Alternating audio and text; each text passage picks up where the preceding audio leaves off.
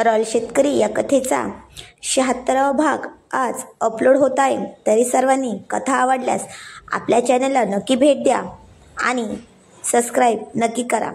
आणि आज मी आणखीन एका कथेचा नवीन कथा चालू केली आहे, तिचा भाग अपलोड केला आहे। जर कुणाला इंटरेस्टिंग वाटत असेल तर आपल्या चॅनलला त्या पण नक्की भेट द्या। तर कथेचं नाव आहे तुझं माझं अबोल प्रेम आणि त्या कथेची लिंक मी ह्या चॅनलवर टाकली आहे। तर शिवम आणि प्रिया एकमेकांच्या डोळ्यात हरवून गेले होते। तिने आज त्याला स्वतःच्या मनाने त्याला एक किस मागितला होता, ते पण सकाळी सकाळी, आणि तो तेच देण्यासाठी तिच्या ओठांकडे घेऊन गेला होता। ओठ तसे तिने पण डोळे मिटून घेतले होते। त्याच्या हाताच्या बोटाच्या उबदार स्पर्शाने ती सुकावली होती रात्री, पण तरी पण तिला आता त्याच्या ओठांचा एक सुखद अनुभव हवा होता। पण दोघे आता खूप जवळ होते, तसं तो तिच्या ओठांवर ओठ टेकवणार इतक्यात खरंच ती म्हणते तसंच झालं। पुन्हा त्याचा फोन वाजला, तसे दोघे पण भानाव आले। तो म्हणला, ए राणी फक्त 1 मिनिट। तशी ती जरा चिडून म्हणाली, अहो जा तिकडे, मला नाही काय पाहिजे, आणि स्वतःचे आवराला निघून गेले। त्याने जरा गालात हसून फोन घेतला तर तिकडून अस्मी म्हणली, ए दादा येतोय ना आज मला नेण्यासाठी? मी परत पेपरला गेल्यावर फोन करता येणार नाही म्हणून आता फोन केला। तसा तो पण म्हणाला, हो येतो हां। जरा वेळ बोलून फोन ठेवला। तशी प्रिया तिचा आवरून बाहेर आली आणि रूममधून बाहेर जाताना म्हणाली, हा घ्या तुमचा टॉवेल, पाणी काढून ठेवलं आहे, पटकन आवरून खाली या, दूध बनवते तीवर। आणि हो, अस्मीला पण आणण्यासाठी जायचं आहे ना, मग पटकन आवरा, आणि मग मला पण यायचं आहे तुमच्यासोबत, जमेल ना? तशी ती त्याचं उत्तर ऐकण्याआधीच बाहेर निघून गेली। तसा तो मनात म्हणाला, तिचं पण बरोबर आहे, तिला वेळ द्यावा लागेल म्हटलं होतं, मध्येच काहीतरी काम येतं, मग हे असं फुगणारच ना आपल्यावर। तसं सगळं खाली होते बसलेले। प्रियाने सगळ्यांसाठी चहा बनवून आणला, तसा शिवम पण आवरून खाली आला होता। तो म्हणाला, आबासाहेब अस्मीला आणायला जायचं आहे आज। तसे ते दोघेही हो म्हणाले आणि आईसाहेब म्हणाल्या, हो जा, आणि सुनबाईंना पण सोबत घेऊन जा, त्यांना पण काही साहित्य घ्यायचं आहे। तसं तो पण हो म्हणाला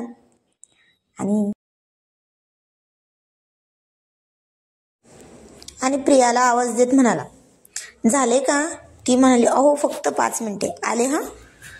चहा घेऊन तसे आईसाहेब गंगूमावशीला घेऊन देवघरात गेले होते स्वच्छ करण्यासाठी, आणि आबासाहेब बाहेर गेले होते। पण आता शिवमला पुन्हा चान्स मिळाला होता तिचा राग घालवण्यासाठी। तसा तो पण किचनमध्ये गेला तर ती कमरेला पदर खोचून विलायची कुटत होती। तिचा खोचलेला पदर पाहून, तिची गोरी गोरी पोट आणि कंबर पाहून शिवमला पुन्हा तिला मिठी मारण्याचा मोह झाला, आणि त्याने तिच्या नाजूक कमरेवर घट्ट मिठी मारत म्हणला, काय ग राणी, चिडलीस का की रागावली आहेस माझ्यावर? तशी ती म्हणली, अहो दोन्ही पण नाही, आणि सोडा सोडा बरं, किचनमध्ये आहोत ना आपण, कोणी पाहिलं तर काय म्हणतील, सोडा। तसं तो तिच्या मानेवर असलेले केस बाजूला सावरत तिथे किस करत म्हणला, हो का, आणि का ग, का नाही रागावलीस आणि चिडलीस?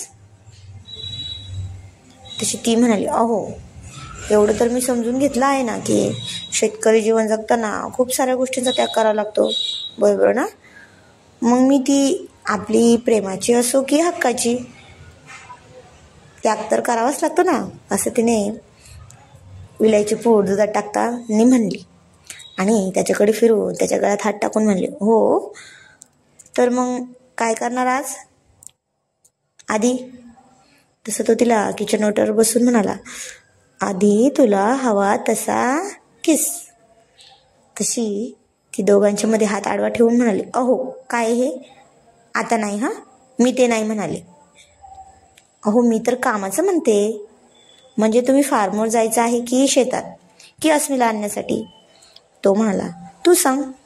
ती म्हणली, अहो आता तुम्ही फार्मवर जा, डेअरी फार्मवर, आम्ही शेतात जातो आबासाहेब आईसाहेब, आणि हो मग दुपारी 2च्या सुमारास अस्मीला आणण्यासाठी जाऊ, चालेल का? तसं तो तिच्या नाकावर नाक घासत म्हणला, हो का जमेल हा राणी सरकार. आणि हो, खूपच जास्त हुशार आहे ना तुम्ही. सगळे काम कसं व्हायला हवं आहे तुम्हाला, आणि वेळ पण हवा आहे माझ्यासोबत, बरोबर ना? तसं तिनं त्याच्या कॉलरला पकडून ओठांच्या जवळ ओढत म्हणले, अहो काय आहे ना,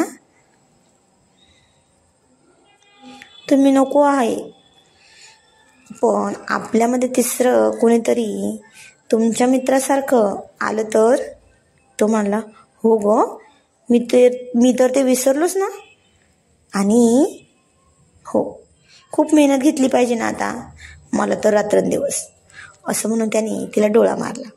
तशी ती म्हणाली, शी घाणेरडे निर्लज्ज कुठले, हटा बाजूला. तसं तो म्हणला, मी आधी विषय नाही काढला, तूच म्हणाली होतीस म्हणून मी म्हणालो, कळलं? तशी ती म्हणाली, बरं पण आता काही नाही ना, सोडा ना.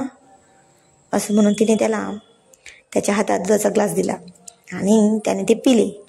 ग्लास ठेवला आणि म्हणाला, चल येतो मी. तसं ती म्हणली, लवकर या. आणि पुन्हा कामाला लागली. पण आता हा थोडीच तसं जाणार होता आणि तिला सोडणारही नव्हता. तो दारापर्यंत गेला आणि परत तिथून मागे आला. तिला काही काळाच्या आत तिच्या तोंडात तोंड घालून खूप डीप किस केला आणि पटकन पळून बाहेर गेला. पण ती आता त्यालाच पाहत होती. तिचे हात पिठाने भरले होते. त्याचाच फायदा त्याने घेतला होता. पण हे सगळं आईसाहेब यांनी देवघरातून बाहेर येताना पाहिले होते. तशा त्या किचनमध्ये तिच्या मदतीला गेल्या तर तिच्या अस्ताव्यस्त केसांना पाहून म्हणल्या, सुनबाई तुम्ही असं करत जा, उद्यापासून केसांची वेणी घालत नका जाऊ सकाळी सकाळी. तसं ती काहीच न समजून म्हणली, अहो आईसाहेब तसं का बरं? तशा त्या तिचे केस चेहऱ्यावाले बाजूला सावरून म्हणाल्या, अहो काय उपयोग होतो त्याचा, तुमची वेणीतले केस तर आमच्या राजांना बाजूला काढायचेच असतात ना. तर त्यापेक्षा ते म्हणतात ना, मोकळे ठेवत जा, तसेच ठेवत जा. तशी ती लाजून म्हणली, अहो आईसाहेब तुम्ही पण ना. तशा त्या म्हणाल्या, अहो सुनबाई हे तुमचं लाजणं ना खूप सुंदर आहे, म्हणून तर आमचे राजे जरा जास्तच हटके तुमच्यावर मोहित होतात ना. तशी ती म्हणाली, अहो आईसाहेब तसं काही नाही, ते तर म्हणत होते की जान्हवी वहिनी आई होणार आहेत म्हणून. तशा त्या म्हणल्या, हो का, मग छान आहे, आपल्या पण घरात पाळणा हालायला पाहिजे ना. तसं ती खूप लाजून खाली पाहत म्हणाली, जशी तुमची इच्छा आहे साहेब. आणि आता दोघी पण खळखळून हसल्या.